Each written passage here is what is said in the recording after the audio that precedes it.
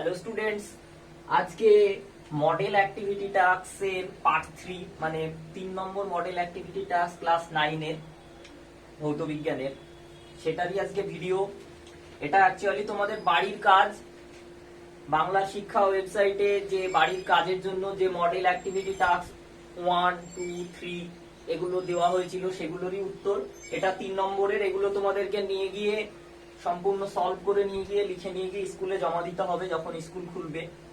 তো অনেকেরই স্কুলে হয়তো প্রিন্ট আউট বের করে দিয়েছে এই মডেল অ্যাক্টিভিটি টাস্কের। যাদের দেয়নি তারা কিভাবে ডাউনলোড করবে বা আমার ভিডিওর এই টোটাল সলিউশনটা আমি কিভাবে পিডিএফ এ দেবো, কোথায় থেকে ডাউনলোড করবে, তা আমি ভিডিওটা পুরোপুরি দেখতে থাকো। আমি ভিডিওর শেষে অবশ্যই বলবো কোথায় থেকে কিভাবে কি করবে। দেখো, মডেল অ্যাক্টিভিটি টাস্কের যে 4খানা প্রশ্ন আছে 3 নম্বর পার্টটাতে, 4টে প্রশ্ন আমি আজকে তোমাদেরকে প্রশ্নগুলো নিয়ে আলোচনা করব।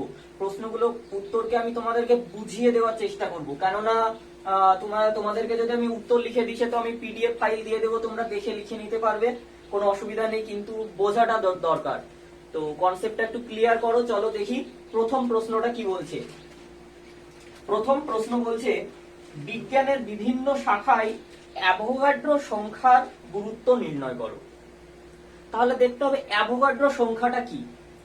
যদি কেউ অ্যাভোগাড্রো সংখ্যা বা মোলার কনসেপ্ট এই বিষয়গুলো না জানো ডিটেলসে, তাহলে ভিডিও আমার চ্যানেলে আসবে। অবশ্যই ভিডিওটাকে ভালো লাগলে চ্যানেলটাকে সাবস্ক্রাইব করে রাখো এবং আমার সাথে যোগাযোগ করো।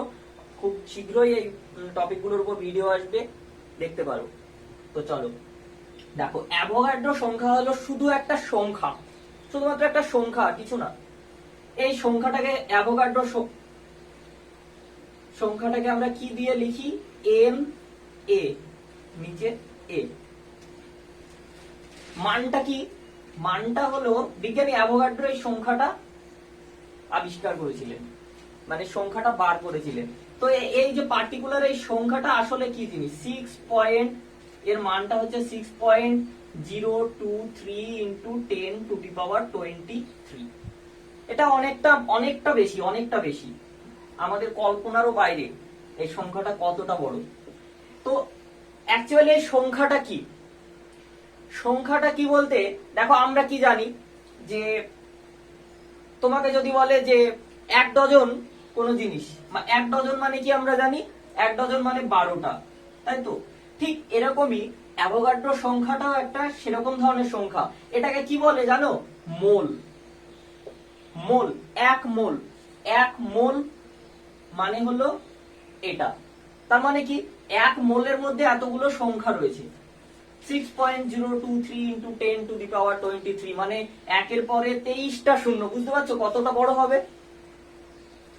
তো এই মোল, আসলে ঘটনাটা হলো যে কোন একটা পদার্থের মধ্যে আমরা কি জানি? পদার্থের মধ্যে অণু রয়েছে, অণুকে ভাঙলে কি পাওয়া যায়? পরমাণু। কোন পদার্থের মধ্যে যদি 1 মোল পরিমাণ কোনো পদার্থ বলি, 1 মোল পরিমাণ যদি কোনো পদার্থ বলি, সে তুমি কঠিন পদার্থ বলো, গ্যাসীয় পদার্থ বলো, যে পদার্থ বলো, তার মধ্যে কতগুলো সংখ্যা অণু রয়েছে? 1 মোল। 1 মোলের মধ্যে রয়েছে এই সংখ্যা পরিমাণ অণু, 6.023 ইন্টু 10 টু দি পাওয়ার 23। তাহলে এটা থেকে আমরা কি বুঝলাম? দেখো, কোন পদার্থের অণুর সংখ্যা যদি আমরা জানতে পারি, সেটাকে আমরা কি বলি? 1 মোল পরিমাণ পদার্থের অণুর সংখ্যা যদি আমরা জানতে পারি, তাহলে সেটাকে আমরা কি বলি? ওই পদার্থের আণবিক গুরুত্ব। আণবিক গুরুত্ব বলি তো। তাহলে সিম্পল ব্যাপার, আণবিক গুরুত্ব। তাহলে আমরা এই অ্যাভোগাড্রো সংখ্যা থেকে কি পাচ্ছি? গুরুত্ব নির্ণয় করা মানে কি? গুরুত্ব আলোচনা করা মানে কি? মানে কি কি কাজ করা যায়, কি কি সম্ভব এই অ্যাভোগাড্রো সংখ্যা দ্বারা। তাহলে আণবিক গুরুত্ব নির্ণয় করা সম্ভব হচ্ছে, আমরা জানতে পারছি এতগুলো অণু রয়েছে। আর কি হয়? আর হচ্ছে কোন বোলজম্যান কনস্ট্যান্টের মান বের করা যায়। এই বোলজম্যান কনস্ট্যান্টটা কি জিনিস সেটা বুঝতে গেলে তোমাকে পার্টিকুলার একটা ভিডিও দেখতে হবে আমার। তো ডেসক্রিপশন বক্সে লিংক পেয়ে যাবে, ভিডিও খুব তাড়াতাড়ি আসবে। তো দেখো, সে ভিডিওটা দেখে কনসেপ্ট ক্লিয়ার করো। এই ভিডিওটা এতটা লেন্দি আমি করলাম না আলোচনা করতে গিয়ে। আর কি, অ্যাভোগাড্রো সংখ্যার সাহায্যে ধাতুর পারমাণবিক ব্যাসার্ধের মান পাওয়া যায়। পারমাণবিক ব্যাসার্ধ মানে একটা পরমাণুর ব্যাসার্ধ, পারমাণবিক ব্যাসার্ধের মান পাওয়া যায়। এই তিনটে হলো বেসিক মেন পয়েন্ট, ঠিক আছে। এছাড়াও বইয়ে আরো দুই একটা পয়েন্ট পাবে, তোমরা চাইলে লিখতে পারো, কোনো অসুবিধা নেই। তো এগুলোই হলো অ্যাভোগাড্রো সংখ্যার গুরুত্ব, ঠিক আছে। তো দেখো এর পরের তোমরা পিডিএফ ফাইলে টোটাল উত্তর আমি লিখে দিয়েছি, তোমরা দেখে নিতে পারো, ডাউনলোড করে নেবে। কিভাবে পিডিএফ ফাইল ডাউনলোড করবে, কোথা থেকে করবে, ভিডিওটা পুরোপুরি দেখো, শেষে গিয়ে আমি বলে দেবো। তো এটা গেল 1 নম্বর কোশ্চিন। এবার 2 নম্বরে আসি। 2 নম্বরে বলছে যে একটা অঙ্ক রয়েছে, এসটিপিতে একটা গ্যাসের এমন একটি যৌগের, গ্যাসীয় একটি যৌগের 3.011 into 10 to the power 23, 3.011 into 10 to the power 23 সংখ্যক অণুর ভর কত? 32 গ্রাম হলে যৌগটির গ্রাম আণবিক গুরুত্ব নির্ণয় করো। আর কি বলছে, এসটিপিতে 3.2 গ্রাম গ্যাসীয় যৌগটির আয়তন কত লিটার?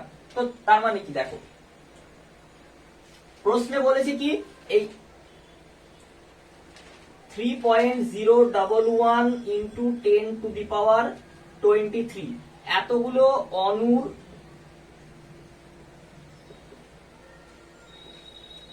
ভর কত? 3.2 গ্রাম,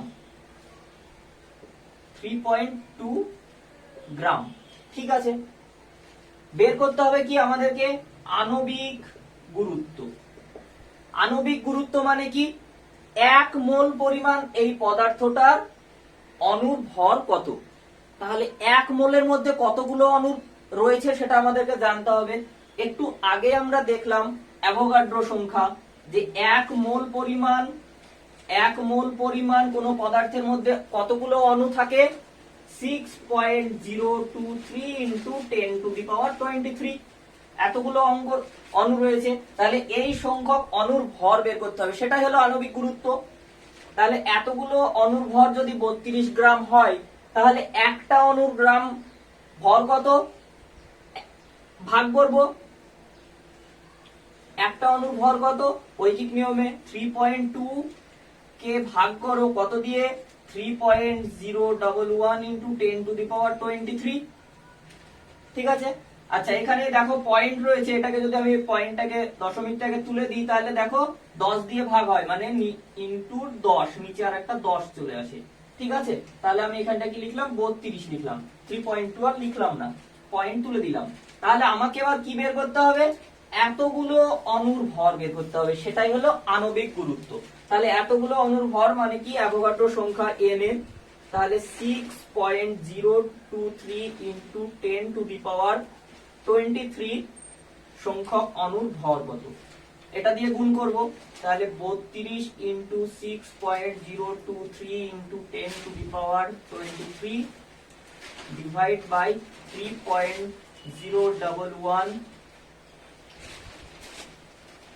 আচ্ছা 023, ঠিক আছে, into 10 to the power 23, ঠিক আছে।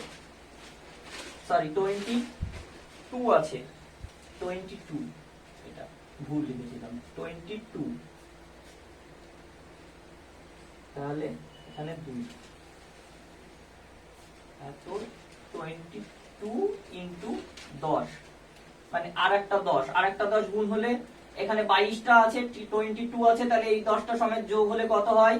23। আমি 10টাকে যদি না লিখে এর সাথে যোগ করে দিলাম, পাওয়ারে গুণ থাকলে পাওয়ারে যোগ হয়, 23 হলো। তাহলে এবার দেখি, কাটাকাটি করি, দেখি। দেখো 6 পয়েন্ট, এই যে মানটা, এটা কোন কোথাও দেখবে আমরা 6.022 ও থাকে, ঠিক আছে, কোনো অসুবিধা নেই।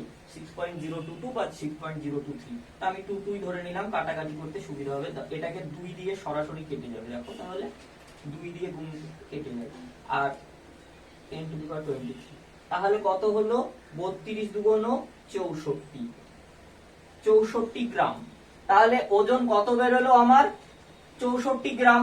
এতগুলো অণুর ওজন, এই এতগুলো অণু রয়েছে 1 মোল পরিমাণ এই পদার্থটার মধ্যে। এই পদার্থটা যদি 1 মোল তুলে নিই আমরা, 1 লিটারের মতন, 1 মোল 1 ডজনের মতো 1 মোল, তাহলে 1 ডজন যদি আমি পদার্থটাকে তুলি তাহলে কি ধরবো? তাহলে কি বলবো যে ওই পদার্থটার মধ্যে 12টা অণু রয়েছে।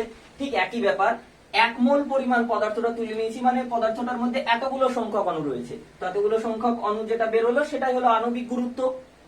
ঠিক আছে, কেননা আণবিক গুরুত্বের সংজ্ঞাটাই এরকম, 1 মোল পরিমাণ অণুর ভর। ঠিক আছে, তাহলে এটাই উত্তর। আচ্ছা, নেক্সট কোশ্চেনে আবার আর একটা জিনিস জানতে চেয়েছে, এসটিপি তে মানে কি স্ট্যান্ডার্ড টেম্পারেচার এন্ড প্রেসার। হ্যাঁ, এসটিপি তে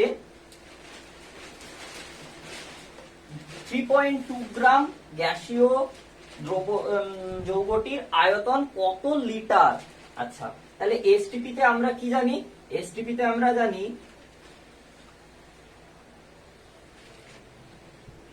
এই যে 64, এটা হলো আণবিক গুরুত্ব, 64 গ্রাম গ্যাসের আয়তন যদি লিটারে কত আমরা জানি, এটা 22.5 লিটার, 22.4 লিটার। তাহলে 1 গ্রামের ভর কত, আয়তন কত? 22/4 ডিভাইড বাই 64। ঠিক একই ভাবে কত বের করতে চেয়েছে? 3.2 গ্রাম। তাহলে 3.2 গ্রামের কত হবে? গুণ করে দাও, 22.4 ইন্টু 3.2 ডিভাইড বাই 64। এই পয়েন্ট দুটোকে যদি আমি তুলে দিই তাহলে এটার জন্য 10 নিচে গুণ হবে, এটার জন্য নিচে 10 গুণ হবে। তাহলে 32 দুগুণে 64, 2 দিয়ে কাটলে 112, 112। তাহলে কত আসবে? 1.12। 100 দিয়ে ভাগ করলে দুটো শূন্য আছে, দু ঘর পর দশমিক, 1.12 লিটার। তাহলে দুটো উত্তর পেয়ে গেলাম আমরা, একটা হলো এটা আণবিক গুরুত্ব, আর এটা হলো আয়তন কত লিটারে, কত লিটারে কত? 1.12 লিটার। আচ্ছা, 2 নম্বর কোশ্চিন হয়ে গেল। এবার 3 নম্বর কোশ্চিন। আচ্ছা, 3 নম্বর কোশ্চিনটা বলছে, আলোচনা করি, কোন একটি ব্যক্তি সুটকেস নিয়ে আনুভূমিক তলে যদি হেঁটে যায় তাহলে ওই ব্যক্তির দ্বারা অভিকর্ষ বলের বিরুদ্ধে কৃতকার্য কত, মান কত হবে? ব্যাখ্যা করো। এই কোশ্চিনটার উত্তর আমি অলরেডি তোমাদেরকে আলোচনা করিয়েছি কার্যক্ষমতা শক্তির পার্ট 2 কিংবা 3 তে ভিডিওতে। তো তোমরা সেটা যদি না দেখে থাকো অবশ্যই দেখো, ওখানে আরো ভালোভাবে বোঝানো রয়েছে। তাও আমি একবার বুঝিয়ে দিই শর্টের উপরে। তো চলো দেখি। দেখো, আমরা কি জানি? কৃত কার্য বের করার সময় আমি ওই ভিডিওটাতে খুব সুন্দরভাবে বোঝানোর চেষ্টা করেছিলাম। যারা নতুন দেখছো আমার চ্যানেলে, প্রথম দেখছো ভিডিওটা, তারা অবশ্যই ভিডিওটা, পুরোনো ভিডিওগুলো দেখো, তোমাদের বুঝতে খুব সুবিধে হবে। কৃতকার্য W সমান কি? সূত্রটা কি? Fs cos theta. Fs cos theta কি? Fs cos theta. F কি? F হলো বল, F হলো বল। S কি? S হলো সরণ। আর cos থিটা, এই থিটাটাকে বল এবং সরণ, বল কোন দিকে আমি প্রয়োগ করলাম কিংবা কোন বলের সাপেক্ষে আমাকে জানতে চেয়েছে, সেই বলটা কোন দিকে কাজ করছে, আর বস্তুটা সরণ কোন দিকে হচ্ছে, এই যে দুটো ঘটনা ঘটছে, এই যে দুজনের মধ্যবর্তী কোণ কত, কত কোণে, সেই কোণটাই হচ্ছে মধ্যবর্তী কোণ। মধ্যবর্তী কোণ কিসের মধ্যবর্তী কোণ? বল ও সরণের, বল ও সরণের মধ্যবর্তী কোণ থিটা। তাহলে কোন একটা ব্যক্তি হাতে ধরো সুটকেস নিয়ে, এই ব্যক্তিটা ধরো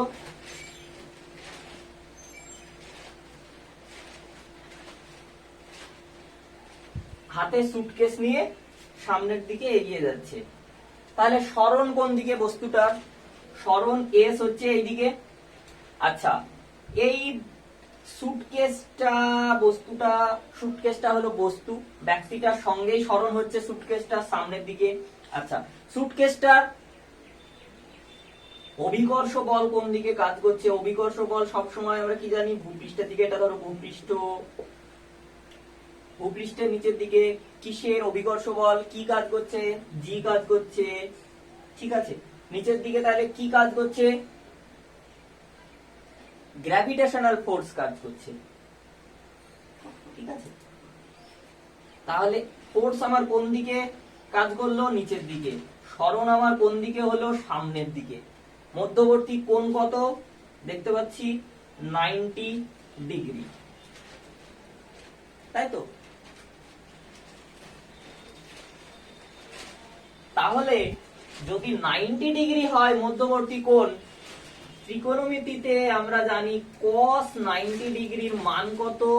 0। 0 দিয়ে কোনো কিছুকে গুণ করলে কি হয়? 0। তাহলে বল আর সরণের আর কোনো ভ্যালু থাকলো না। তার কারণ কি?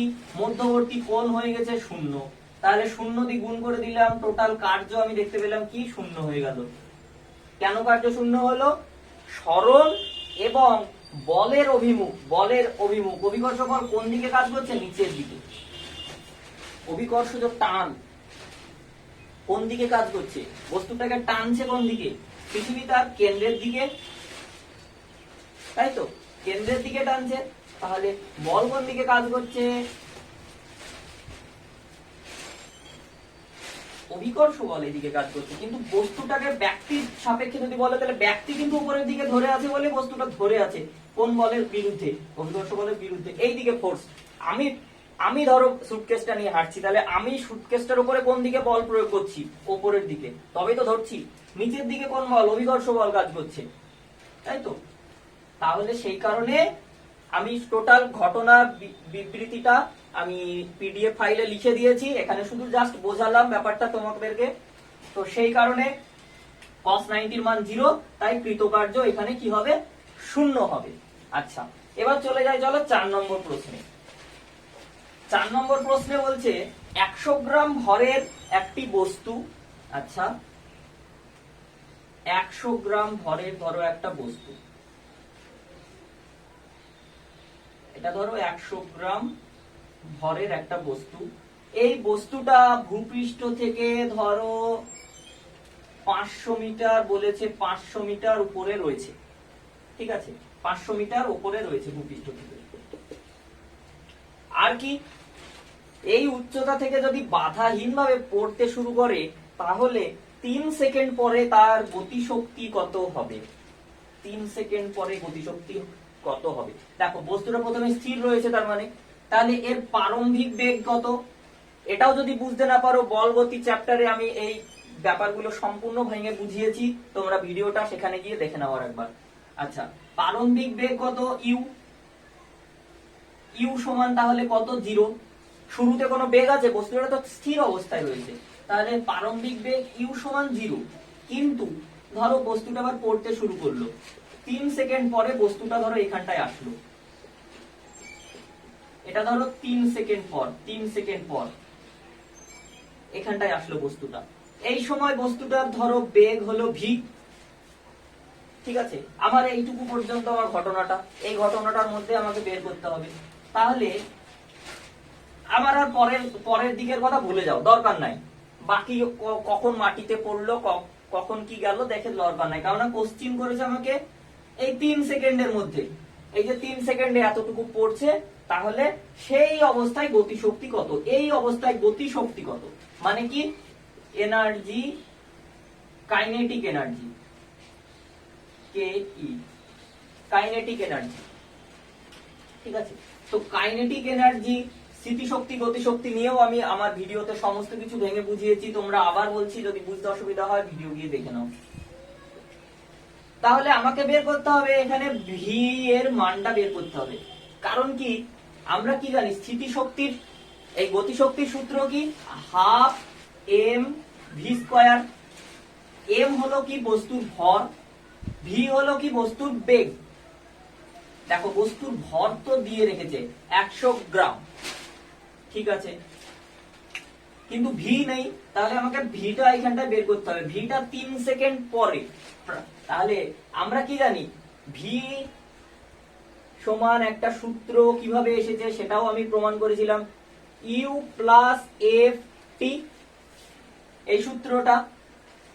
এটা এখানে ইউ হলো প্রারম্ভিক বেগ বা ইনিশিয়াল ভেলোসিটি, এফ সমান কি অ্যাক্সিলারেশন বা ত্বরণ, টি সমান কি টাইম, তাই তো। আর ভি সমান কি, ভি হলো ফাইনাল ভেলোসিটি, 3 সেকেন্ড পরে আমার গতিবেগ ফাইনাল ভেলোসিটি, ঠিক আছে, ফাইনাল ভেলোসিটি হলো। তাহলে এইখানে দেখো অলরেডি আমরা কি দেখতে পেলাম, ইউ যেহেতু স্থির অবস্থায় ছিল তাহলে ইউ সমান 0, তাহলে ইউ সমান 0 বসিয়ে দিলাম মান। এফ এর মান কি, এফ কি, এফ হলো অ্যাক্সিলারেশন। এখানে অ্যাক্সিলারেশন কোন দিকে, দেখো বস্তুটা তো অবাধে পড়ছে কিসের দিকে, ভূপৃষ্ঠের দিকে, তাহলে এদিকে কি কি কাজ করছে, অ্যাক্সিলারেশন ডিউ টু গ্র্যাভিটি, মানে কি জি কাজ করছে। আমরা কি জানি, জি এর মান কি জানি, 9.8 মিটার পার সেকেন্ড স্কয়ার। এটা কিসে, কোন পদ্ধতিতে জানি, এসআই পদ্ধতিতে বা এমকেএস পদ্ধতিতে, তাই তো। তাহলে এখানে জি, এফ মানে হলো জি, তাহলে জি এর মান কত, 9.8 ইন্টু টি এর মান কত, 3 সেকেন্ড। এটাকে যদি আমরা গুণ করি তাহলে হয় 29, ঠিক আছে, 29.4 এত metre per second. Metre per second কোন এককে, কোন পদ্ধতিতে, এসআই পদ্ধতিতে বের করছি, তাই তো। এসআই পদ্ধতি সব সময় অঙ্ক করার সময় খেয়াল রাখবে, কোশ্চিনে সব এককগুলো একই পদ্ধতিতে রয়েছে, তো যদি না থাকে তাহলে করতে হবে। দেখো দেওয়া রয়েছে 100 গ্রাম, গ্রাম কিসে, সিজিএস গ্রাম, তাহলে সিজিএস পদ্ধতিতে দেওয়া আছে। এটা আমাকে কিসে করতে হবে, এমকেএস পদ্ধতি বা এসআই পদ্ধতিতে, মানে কি কিলোগ্রামে এটাকে কনভার্ট করতে হবে। তাহলে বস্তুর ভর এম সমান 100 গ্রাম দেওয়া আছে, এটা সমান কত, 1000 দিয়ে ভাগ করতে হয় কিলোগ্রামে গেলে 0.1 কেজি। তাহলে আমরা পেয়ে গেলাম বস্তুর ভর, পেয়ে গেলাম বস্তুর ভি বেগ পেয়ে গেলাম। তাহলে এবার কাইনেটিক এনার্জি বের করতে তোমরাও পারবে। মান যদি বসিয়ে দাও, হাফ ইন্টু এম এর মান কত, 0.1 ইন্টু ভি স্কয়ার, 29.4 এর স্কয়ার হয়ে গেল। তো এই মানটা যদি আমরা বের করি তাহলে আলটিমেটলি মানটা বেরোবে 43.218। এত কি আমরা কি বের করছি, এনার্জি বের করছি, শক্তি। শক্তির একক কি, কোন পদ্ধতিতে বের করছি, এসআই পদ্ধতিতে, কি জুল। তাহলে এত জুল হয়ে গেল উত্তর। তাহলে আজকে এই পর্যন্ত, এই 4টেই কোশ্চেন ছিল অ্যাক্টিভিটি টাস্কে। আমি বলেছিলাম কিভাবে তোমরা ডাউনলোড করবে অ্যাক্টিভিটি টাস্ক।